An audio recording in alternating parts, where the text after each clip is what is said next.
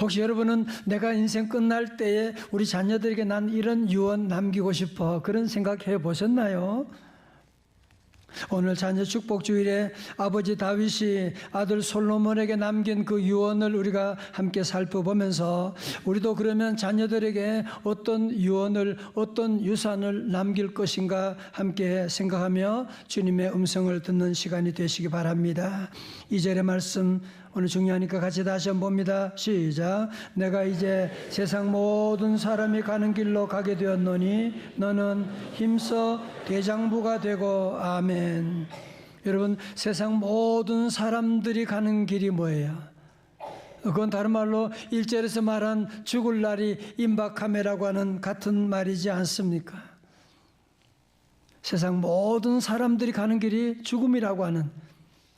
그래서 실존주의 철학자 키에르케고르는 그런 말했지요. 인간이란 불안이라고 하는 열차를 타고 절망이라고 하는 터널을 지나서 죽음이라고 하는 종착역에 이르는 실존이다. 그런 얘기. 우리는 응애하고 태어난 그 순간부터 죽음을 향해서 달려가고 있는 그런 존재이지 않습니까? 히브리서 9장 27절의 말씀, 한 번 죽는 것은 사람에게 정해진 것이요 그 후에는 심판이 있으리니. 이건 예외가 없어요. 모든 인생에 다 정해진 것은 한 번 죽는 것이고 그 후에는 심판이 있다고 말씀하고 있습니다. 여러분, 그런데 우리 가운데 자기의 죽음을 알고 죽음을 받아들이며 죽음을 준비하는 사람이 얼마나 되겠습니까? 우리 주변에 보면 돈 있는 사람, 권력 있는 사람은 할 수만 있으면 나 안 죽고 어떻게 하든지 더 생명을 더 연명해 보려고 안달함을 다함을 몸부림치는 것을 볼 수가 있는데, 오늘 다윗의 위대한 점은 뭐예요? 다윗은 비록 왕임에도 불구하고 모든 사람들이 가는 길이 있고 나도 이제 그 길을 가는 것이고 하나님의 순리를 인정하고 하나님의 순리를 받아들이는, 여러분, 그런 모습을 자녀들에게, 후대들에게 보여주고 있지 않습니까? 성도 여러분, 정말 우리가 임박한 죽음마저도 두려움 없이 받아들일 수 있다, 수용할 수 있다고 하는 것은 정말 보통 내공이 아닐 것입니다. 여러분은 인생의 마지막 순간 이렇게 다윗처럼 담담하게 받아들일 수가 있겠습니까? 그래서 저는 늘 기도해요. 주님, 제 인생이 끝날 때 성도들 앞에서, 우리 자녀들 앞에서 추해지지 않게 하시고 마지막에 더 아름다운 삶이 되게 하소서, 그런 기도를 합니다. 어느 신문에 보니까 노인과 어른의 차이에 대해서 설명하는 글이 있는데 재미있어서 한번 읽어드리겠습니다. 노인은 나이만 먹는 늙은 사람이지만 어른은 연륜을 인정받아 존경받는 사람이다. 노인은 나이만 먹고 머리만 커진 사람이지만 어른은 마음이 커지고 성숙해진 사람이다. 노인은 더 이상 배우려 하지 않지만 어른은 어린 사람에게도 배우려고 한다. 또 노인은 아직도 더 채우려고 하지만 어른은 비우고 나눠준다. 노인은 나이가 들수록 자기만 알고 자기 생각만 옳다고 고집하지만 어른은 상대방에게 이해와 아량을 베풀 줄 알고 상대방의 의견을 경청한다. 노인은 젊은 사람들이 자신을 밟으면 가만두지 않겠다고 하지만 어른은 자신을 밟고 올라서라고 한다. 노인은 겉모습은 늙어가는 것을 슬퍼하지만 어른은 속사람이 충만해지는 것을 즐거워한다. 자, 그렇다면 성도 여러분, 여러분은 지금 노인이 되어 가고 있습니까? 아니면 어른이 되어 가고 있습니까? 여러분, 성경에서는 말하는 어른은 단순히 나이가 많음을 의미하지 않아요. 여러분, 젊어서도 젊은 사람 가운데도 성숙하며 인생의 후반전을 살아가는, 정말 삶의 의미를 알고 살아가는 어른 같은 청년이 있고, 또 나이 드신 분 가운데도 보면 여전히 탐욕에 찌들어 가지고 분주하게 살아가면서 남들을 무시하고 인생의 전반전에 살아가는 젊은이처럼 정신없이 살아가는 그런 노인들도 있지 않습니까? 오늘 이 자리에 우리 청년들도 많이 계신데 우리 청년 젊은 분들도 어른이 되려면 젊어서부터 모든 사람들이 가는 길이 있다고 하는 그 사실을 기억하고, 그리고 우리 모두에게는 그 죽음이 끝나게 되면 하나님의 심판도 있다고 하는 것을 우리가 알고 살아가야 할 것입니다. 그래서 전도서 12장 1절에 말씀했지요. 너는 청년의 때 너의 창조주를 기억하라. 곧 곤고한 날이 이르기 전에, 나는 아무 낙이 없다고 할 해들이 가깝기 전에. 그래서 여러분 주변에 보면 정말 훌륭하게 살아간 위대한 삶을 산 사람들의 특징이 뭐냐 하면, 그 사람들은 인생의 마지막이 있음을 알고 인정하고 준비하며 살아가는 사람들이 지혜로운 삶을 살아가고 있지 않습니까? 여러분, 그래서 메멘토 모리라는 말 많이 들어보셨지요? 그죠? 고대 로마에서는 전쟁에 승리하고 돌아오는 개선 장군이 화려한 행진 가운데 개선 장군이 들어오게 될 때 그 장군 뒤에서 노예를 시켜서 이런 말을 한다고 하지 않습니까? 메멘토 모리, 메멘토 모리, 뭐예요? 죽음을 기억하라. 네가 비록 지금은 전쟁에 승리해서 이렇게 개선 장군으로 돌아오지만, 그러나 너도 언젠가는 죽을 것이다. 죽음을 기억하라. 메멘토 모리라고 하는 그 얘기를 한다고 하는, 아니 어떻게 보면 개선 장군의 화려한 행렬에 쫓치는 것처럼 보이지만 아주 중요하지 않습니까? 여러분의 삶 가운데도 내가 잘 된다, 여러분이 높은 자리에 간다, 그럴수록 우리 성도들은 늘 메멘토 모리를 기억하셔야 돼. 그래야 지혜로운 삶을 살 수가, 그래야 천국을 준비하는 삶을 살 수가 있어요. 여러분, 다윗 보십시오. 이제 자기에게 얼마 남지 않은 삶이 있다고 하는 것을 직감한 다윗은 아들 솔로몬에게 유언을 남기고 있는데, 그는 자신이 목동 시절로부터 그리고 이스라엘 왕이 되기까지 파란만장했던 자기의 삶 가운데서 가장 중요한 엑기스, 가장 중요한 것을 그의 아들 솔로몬에게 남겨주고 있는데요. 우리가 다윗에게 발견할 수 있는 어른다운 모습 첫 번째는 무엇이냐? 그는 마지막에 다윗에게, 솔로몬에게 너 권력을 잘 유지해야 돼. 너 부를 많이 축적해 놔야 돼. 너 행복하게 살아야 돼. 그런 얘기하지 않습니다. 그 뭐라고 합니까? 2절 하반절에서 너는 힘써 뭐가 되고? 대장부가 되고. 다 같이 너는 힘써 대장부가 되라. 아멘. 여러분, 당시 솔로몬이 왕위에 즉위할 때를 유대 역사가 조세푸스는 얘기하기를 한 14세쯤이었다고 얘기하고, 또 여러 가지 설이 있습니다만은 일반적으로 공통된 의견은 뭐냐? 한 20세 아래였을 것이다. 여러분, 다윗이 왕이 됐을 때는, 처음 왕이 될 때는 30살이었거든요. 그러니 다윗이 볼 때는 지금 솔로몬이 이 어린 나이에 왕이 될 때 얼마나 걱정스럽고, 어린 나이에 그 왕이 되는 아들을 보면서 하시는 말씀이 뭐예요? 너는 힘써 대장부가 되라고 말씀하는. 여러분, 특별히 중요한 것이 너는 힘써라고 하는, 여러분, 대장부가 되고 싶지 않은 사람 누가 있겠어, 그죠? 그러나 여러분, 대장부가 된다고 하는 것은 힘써야 돼요. 노력해야 돼요. 준비해야 돼요. 여러분, 그래서 너는 힘써라고 번역된 히브리어는 외하자크타라고 하는 단어인데, 튼튼해지라, 용감하라 라고 하는 뜻으로 영어에서는 be strong으로 번역하고 있습니다. 여러분, 그리고 이 외자크타라는 단어를 이제 출애굽하는 하고 있는 모세가 가나안 정복을 맡기는 여호수아에게, 여러분 여호수아 1장에 보면 이런 어린 여호수아가 이제 가나안 정복을 해야 되는데, 그때 여호수아에게 말하는 여호수아 1장 6절 7절 9절에 반복하고 있는 단어 기억하세요? 너는 강하고 담대하라. 그게 바로 외하자크타라고 하는 말이거든요. 그래야만 너는 이제 이 가나안 정복을 할 수가 있을 것이고, 솔로몬은 그 강하고 담대할 때에, 대장부가 될 때에 이제 이 나라를 하나님의 뜻 가운데 잘 다스릴 수 있다고 하는 말이 아니겠습니까?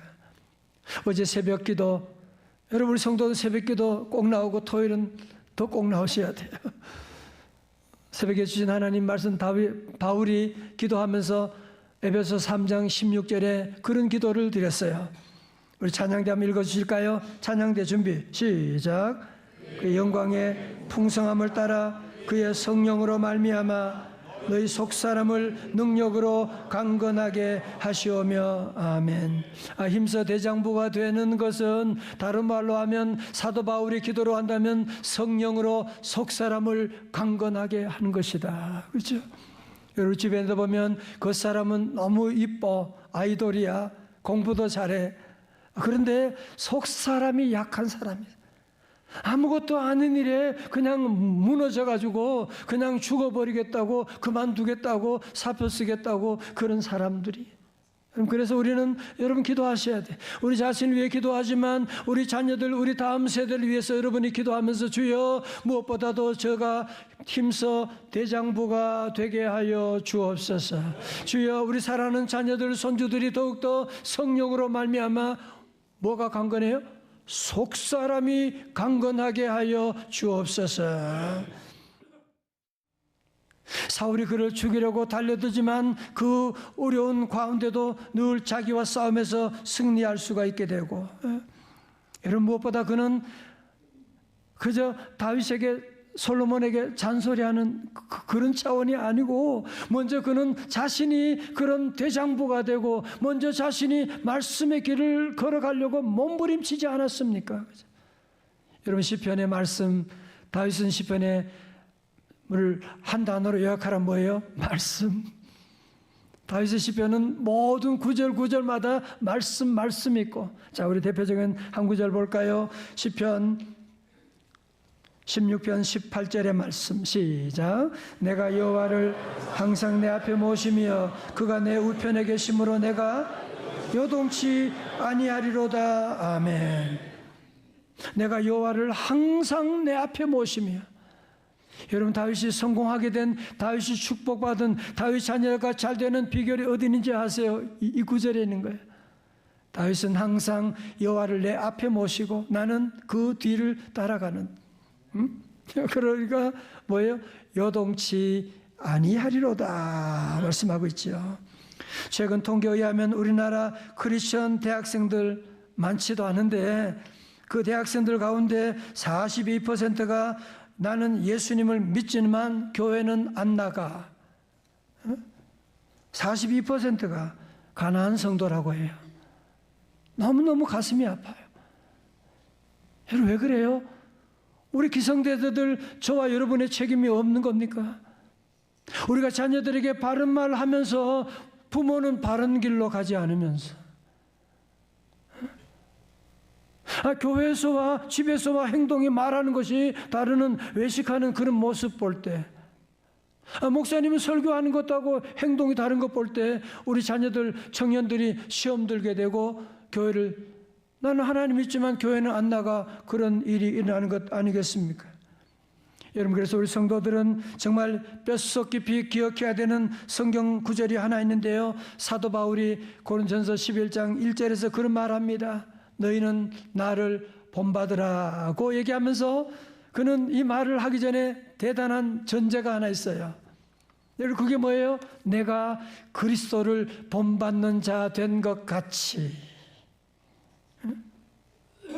여러분 우리 자녀들에게 너는 담배 끊어라고 하기 전에 먼저 부모가 담배를 끊고, 너는 자꾸 술 마시고 술 취하면 부모가 먼저 그런 본을 보이고, 자녀들에게 너는 성경 읽어라고 하기 전에 먼저 부모가 성경 읽는 모습을 보이고 나가는, 내가 먼저 그리스도를 본받는 자와 같이 너희도 나를 본받으라, 그렇게 말해야 된다는 것 아니겠습니까?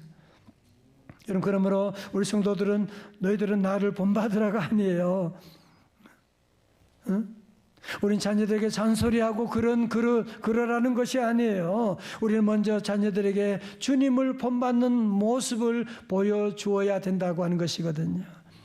미국의 록펠러는 100만 평이 넘는 12개 대학을 건립하고 기증하고 일평생 4,928개의 교회를 지어 하나님께 드렸고, 록펠러 재단을 만들어 기아 근절과 인구 문제 해결, 대학의 발전, 기회 균등 및 문화적인 발전에 중요한 업적을 많이 남겼고, 제가 유엔 빌딩에 가보니까 거기도 그 유엔 빌딩과 그 부지를 록펠러가 기증했다고 기록되어 있고, 록펠러 재단의 수혜자 가운데 170여 명에 달하는 노벨상 수상자가 나왔대요. 록펠러가 이런 인생을 살게 된 비결이 어디에 있을까요? 록펠러는 86세 아내를 천국에 보내고 아내를 그리워하며 시카고 대학 안에 기념교회를 세웠는데, 제가 지난번에 안식년 때 가봤어요. 정말 시카고 대학 교정 안에 어마어마한 귀한 교회를 세웠는데, 그때 헌당 예배 때에 한 경제부 기자가 록펠러에게 질문했대요.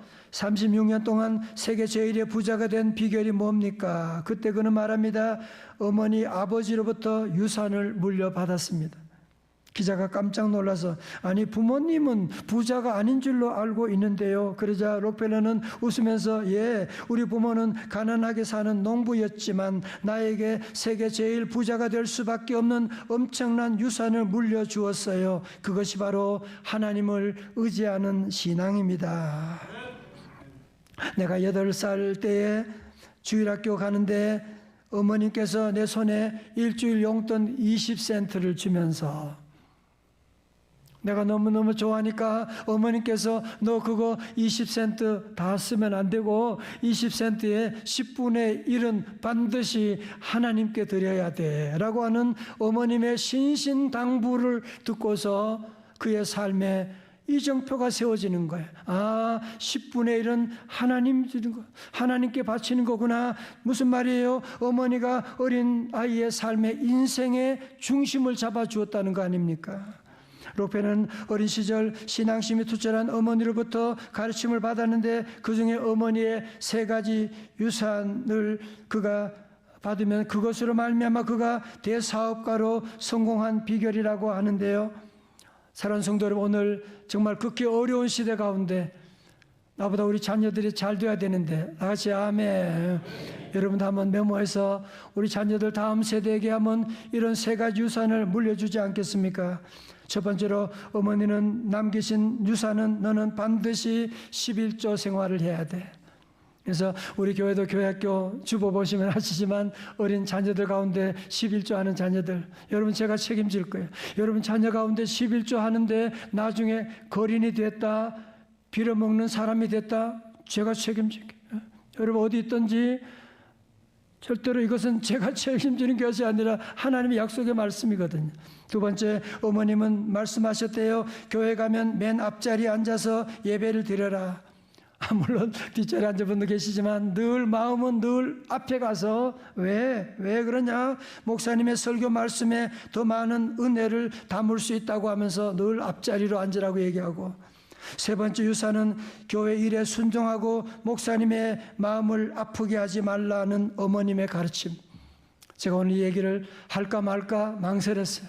무슨 목사 나를 위해서 하는, 하나님께서 아니야. 저는 우리 자녀들에게도 이 얘기를 꼭 합니다. 왜? 교회 믿음 생활하면서 시험 들면 목사님을 존경하지 않고 관계가 나빠지면 뭐요? 말씀이 안 들리잖아요. 그러면 영적으로 무너지게 되잖아요. 하나님을 떠나게 되잖아요. 여러분, 그래서 여러분의 자녀들에게 이 말씀을, 이 유산을 우리 자녀 여러분들도 자녀들이 꼭 남겨주어야만 할 것입니다. 지난 화요일 우리 서울 서북노회가 열렸는데 오후에는 목사 안수식이 있었어요. 이번에 10명의 목사님이 안수를 받았는데 제가 그때 설교를 하게 돼서 제가 설교를 준비하면서 가만히 생각해 봤어요. 제가 35년 전에 32살 나이에 목사 안수 받을 때 정말 아무것도 모르면서 너무 두려웠죠. 제가 그래서 동신기도원에서 3박 4일 동안 금식 기도하고, 근데 어머님 권사님이 대구에서 올려서 오셔가지고 제게 그런 부탁을 하시더라고요. 신전도사, 앞으로 목사 되면 사꾼 목자 되면 안 된대. 그래서 저는 그때 그 말이 무슨 말, 그냥 하는 얘기인 줄 알았어요. 그런데 지금이 35년이 지나도 제 마음에 어머님의 그 말씀, 그래, 목사가 사꾼 목자 되면 안 되지. 그러니까 제 어머님이 제 목회의 중심을 잡아주신 거잖아요. 저는 그래서 지금도 부족하지만 할 수만 있으면 사꾼 목자 안 되려고, 성도들 부담 주지 않으려고 노력하지만, 많이 부족하지만 사랑하는 성도 여러분 이제 우리 자녀들에게 너 공부 열심히 해라, 열심히 살라가 아니라 정말 저들의 삶의 중심을 여러분 잡아주고 계십니까? 오늘 자녀 축복 주일에 다시 한번 우리 돌아보면서 우리 자녀들에게 정말 내가 무엇을 물려줄 것인가? 하나님, 나 정말 별로 물려줄 것이 없어요. 괜찮아요. 저도 별로 물려받은 것 없어요. 그러나 신앙의 유산, 하나님 믿는 너 교회 안 가면 죽어. 온 가족이 다 믿음 안에 주일 예배 드리고 말씀대로 살아가는 이것을 어릴 때부터 가르쳐 주시고 의식화시키고 인도해 주셔서 오게 되는, 여러분, 그러므로 우리 모두가 그냥 말만 잘하는 노인이 아니라 다윗처럼 본을 보여주는 어른이 되어가지고 우리 자녀들 다시 한번, 여러분 늦지 않았어요. 늦었다고 말하는 것은 사탄이 하는 짓이에요.